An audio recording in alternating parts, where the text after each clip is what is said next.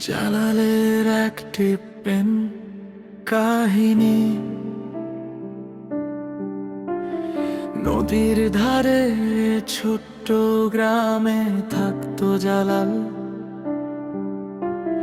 সবার কাছে সে ছিল চুপচাপ, কিন্তু ভেতরে ভেতরে ছিল ভীষণ আবেগী। একদিন হাটে যাওয়ার পথে তার সঙ্গে দেখা হয় রহিমার। একদিন হাটে যাওয়ার পথে তার সঙ্গে দেখা হয় রহিমার।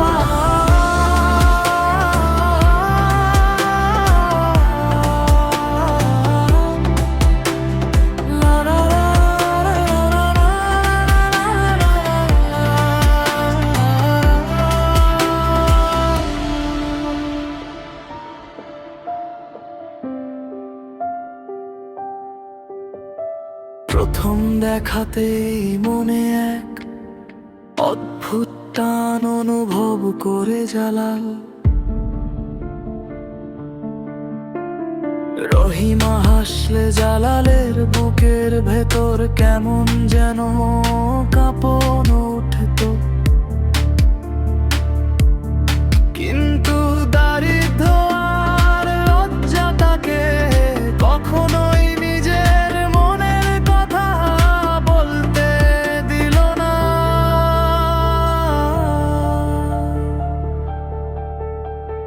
দূর থেকে শুধু তাকিয়ে থাকতো, আর রাতে আকাশের তারা গুনে তার নাম ফিস ফিস করে বলতো।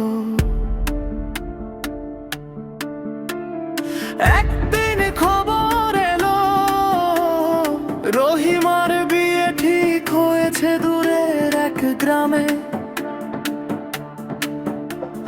সেদিন নদীর পাড়ে বসে জালাল প্রথমবার কেঁদেছিল তার প্রেমে।